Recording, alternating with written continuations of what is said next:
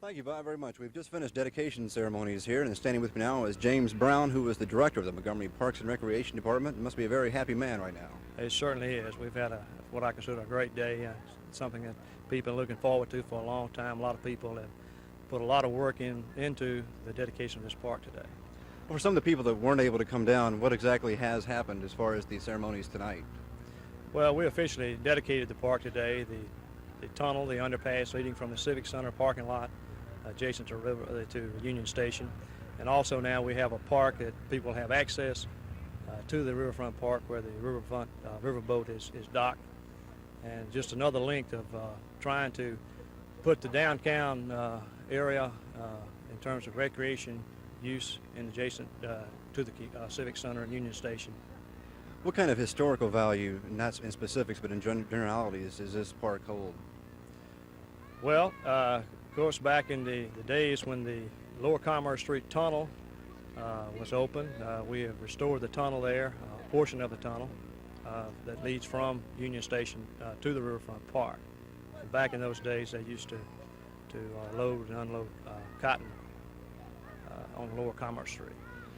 Okay, to kind of get off the path here a minute, this park used to be known for the so-called hobos and some of the winos, this area. Do you think that the development of this park as it is now will help drive some of these type people out? I would think so. We're certainly going to police this area. We're going to make it safe for the public to use.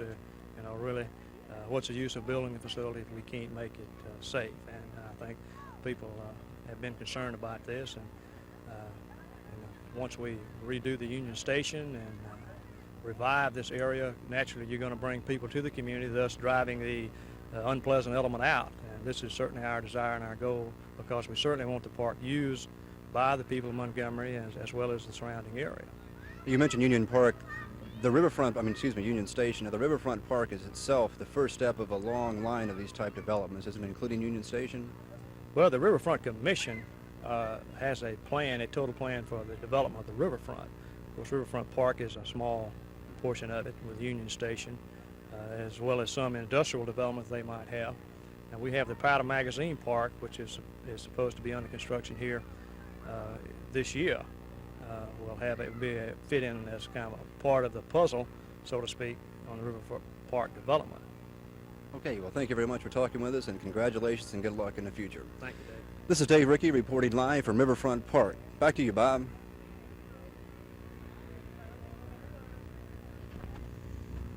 Got it.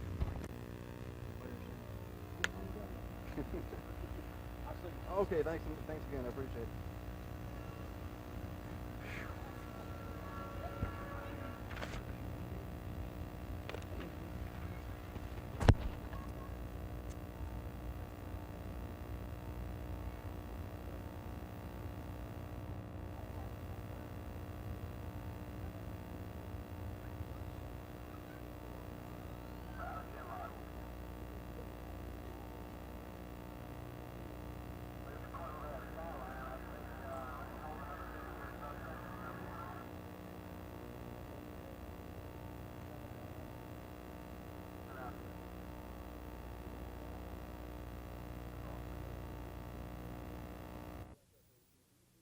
The News and Public Affairs Department of WSFA TV presents Composite, a news magazine program showing people, places, and things of interest to Alabamians.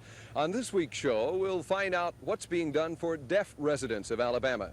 We'll also check in and find out how the Driver's License Division of state government keeps tabs on those of us who drive in Alabama.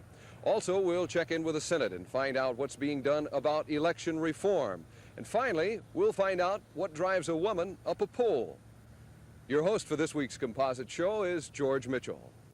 Tonight we learned that there are more than 200,000 people in the state of Alabama who have a hearing defect of sorts, that deaf people enjoy music. They are capable of using the telephone, and those who hear are showing a greater interest in those who cannot hear. Alabama has an election coming up in a few weeks, and it points out the need for more election reforms. We'll be in the state Senate for some of the answers. The Department of Public Safety is moving to update its driver history system. It means more accuracy and speed in keeping tabs on licensed drivers. And finally tonight, there's a woman up that pole, and there's another following in her footsteps.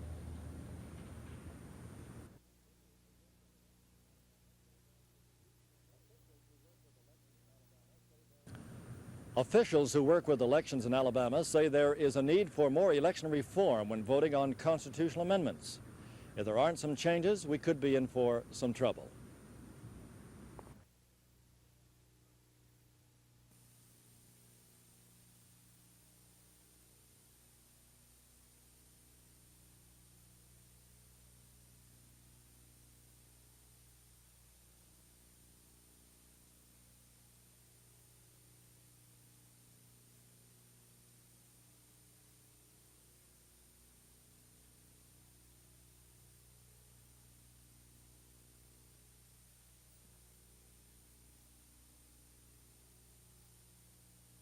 Major points that were made at all, I didn't try to get it down where I understand it. But this area is informative. Norman didn't stay there, but this. I have pre-filed 2 bills, one of which proposes an amendment change to let only those political subdivisions affected by that particular amendment vote on it. For instance, if it affects Montgomery County and Montgomery County alone, it would not appear on the ballot in Jefferson County or Baldwin County or other parts of the state. The second amendment, which I have pre-filed, would provide that each constitutional amendment would be placed on a ballot at an already scheduled election, such as a general election or a primary where candidates are running statewide.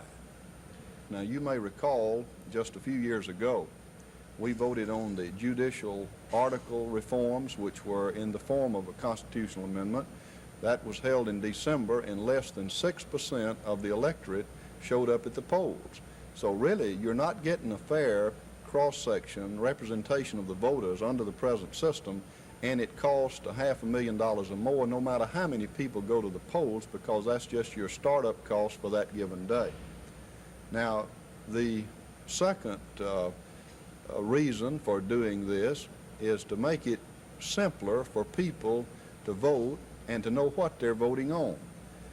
For instance, here is the ballot, and it's rather lengthy, as you can see. In fact, it's hard to extend even in 2 hands. But here you have amendment number 11, which takes up almost a foot on this ballot, which will be for the people to vote on just a few weeks from now.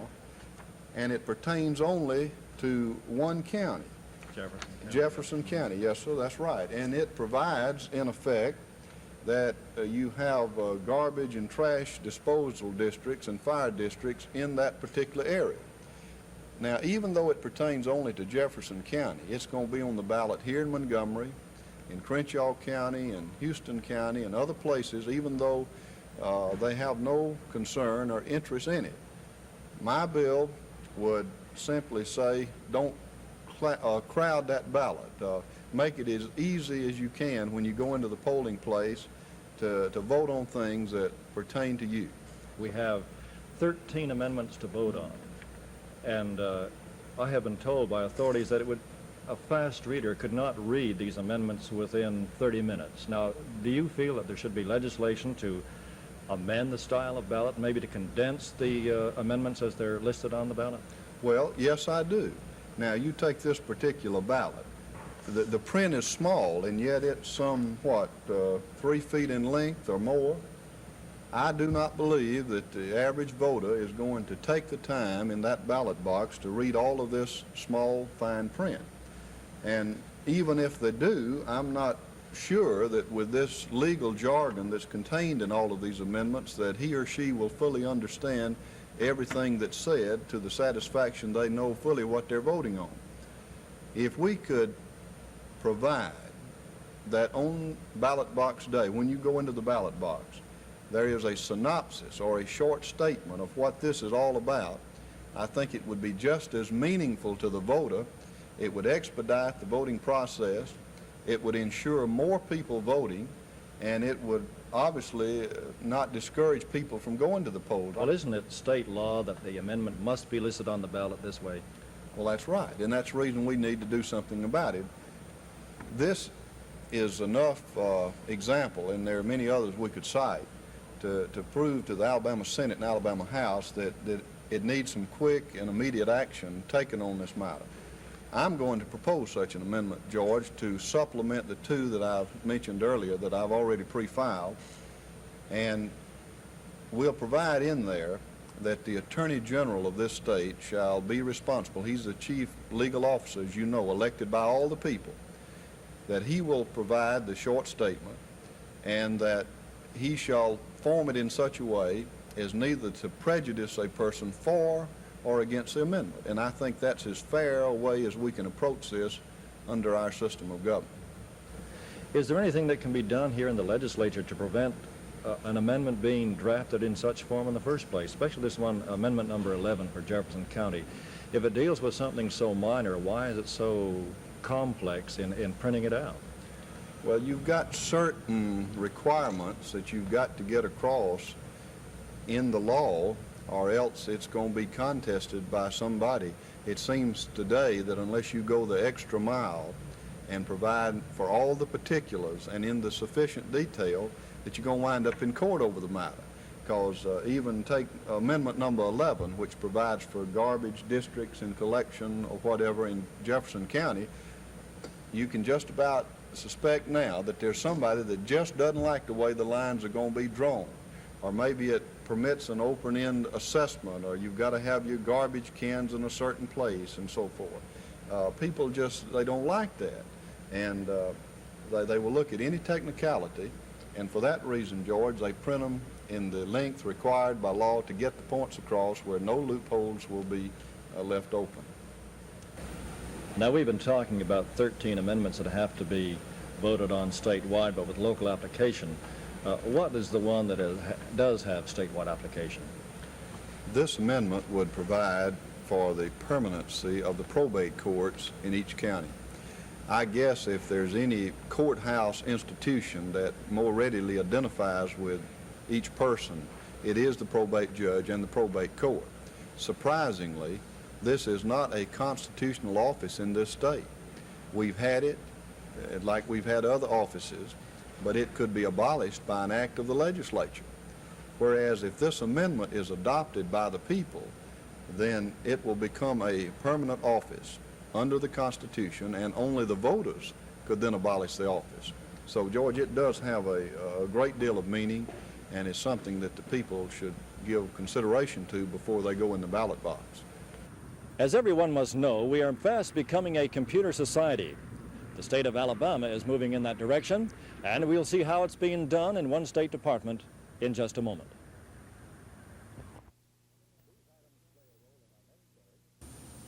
These items play a role in our next story. Coming up, another chapter in the wonderful world of women.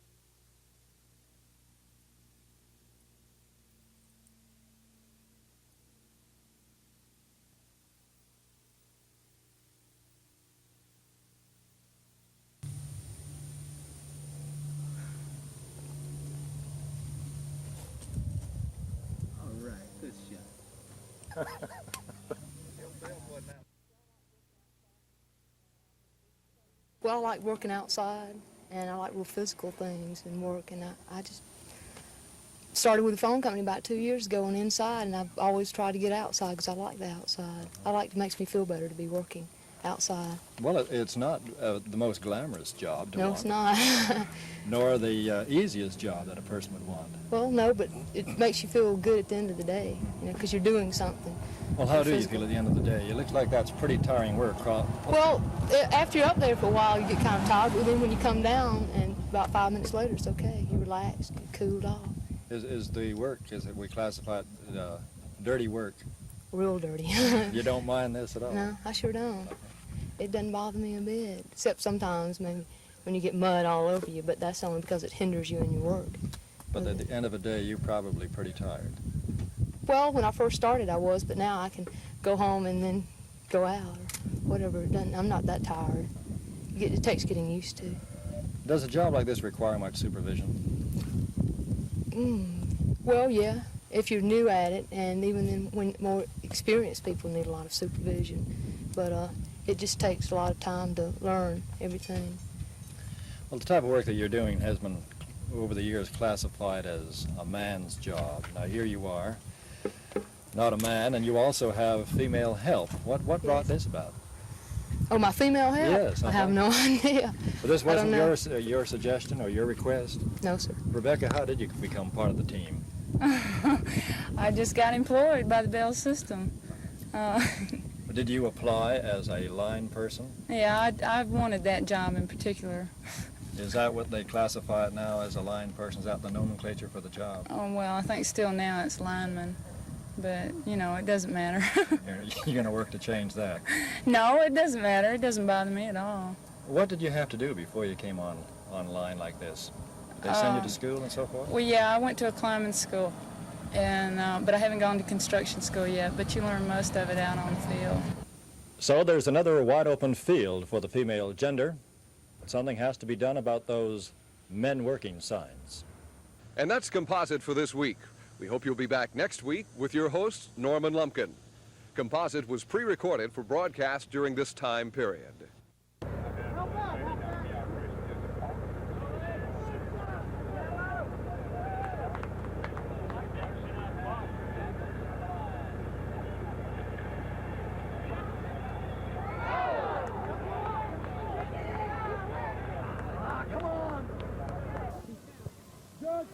George, I'm here. George, look at him. George. I'm in. Defense down here. Take your position over here. Yes, over here.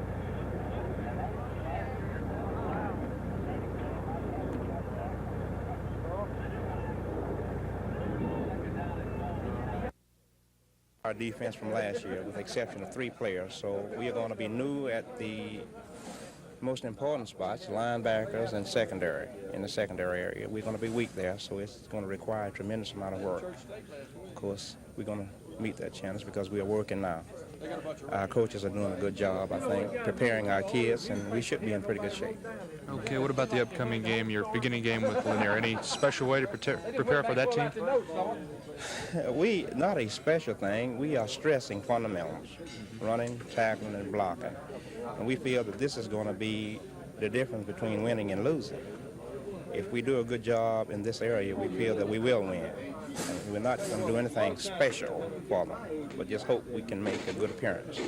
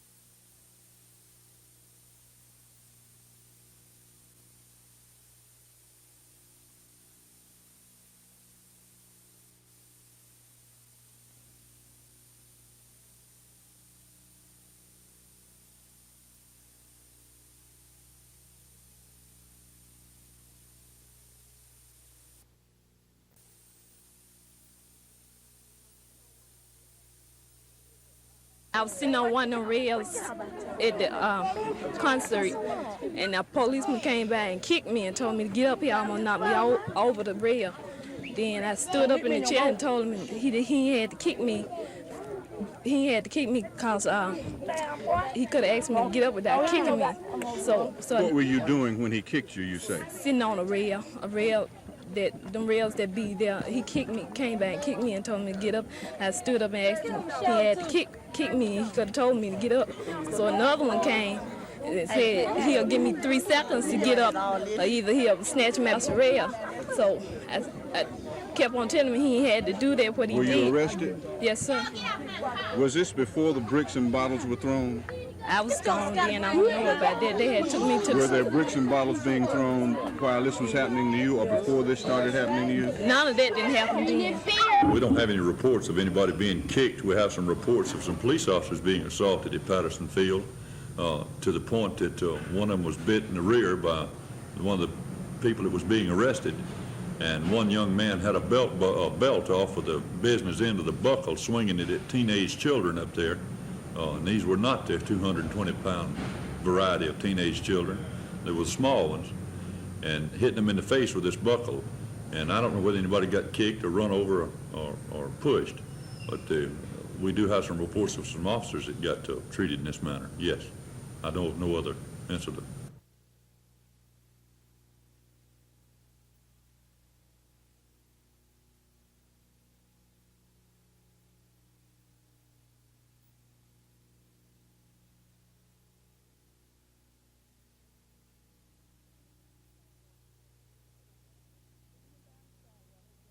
And my daughter came screaming down the sidewalk and said the police had picked my oldest son up. And I went back up to the sidewalk to try to see if I could get some kind of understanding as to what had happened. And it was about 6 or 7 men on a SWAT squad, and they had rifles and everything drawn. And I told them that I was trying to find out what had happened to my son. And one of the men pointed the rifle at me and told me I had better get back down the sidewalk. So it was about 15 minutes before I could get any kind of clearance to get out of the court and get up to the police station to see about my boy. But when I got there, and then I asked another man, and he said he was charged for disorderly conduct. And I asked him how could he be charged for disorderly conduct, and he had just driven up in the parking lot. And the tall man kept telling me that children were throwing bottles down in the court. And I told him I felt quite sure that it wasn't my son. My son was grown, and he wouldn't do this kind of thing. So he said, well, we're going to teach you all to keep those children in the house, and we're going to help you whip them.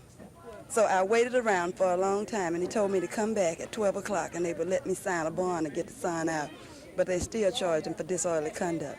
Also last night, while that SWAT squad was up there, it was a little old boy that seemed to be around 11 years old, and one of the SWAT members kicked the little boy's leg from under him and put a rifle or a shotgun or whatever the weaponry was, and told him not to move. Said, nigga, don't you move. We could hear that. Oh, I was there. There were no parents on the streets for the 4 or 5 hours that these people terrorized the motorists going up and down Columbus Street. The moment the officers arrived on the scene, they conducted themselves as professionals. Anybody that did not move was arrested. Anybody that did not leave the area were arrested. There was no 11-year-olds arrested, and no one had a pistol or a weapon drawn on them. The officers are not going to stand there and let anybody hurt them with a brick. That's not their job. Their job is to keep those terrorists, as the mayor just called them, and I think that's a good definition for them, from hurting other people that wants to drive up and down the streets of the city of Montgomery in peace. They were removed from that area last night. The place looked like a battleground down there for the glass and the debris, bricks and rocks and chunks of concrete that have been thrown out into that street. Yes, we did go in there, and yes, we did take them out. There was no weapons drawn on any of these people. As I said before, none of the parents were on that street prior to the police because we had somebody observing it, watching them to see what they were doing. The parents did come out at that point at the time the police arrived to see what the children were doing or to get the children in the house. My suggestion to those parents is get their children off the street, or at least see that they mind their own business and tend to their own business and quit slinging these rocks and bricks at people that pass down there in bottles. And had they exercised that authority earlier, there would have been no problem on Columbus Street last night.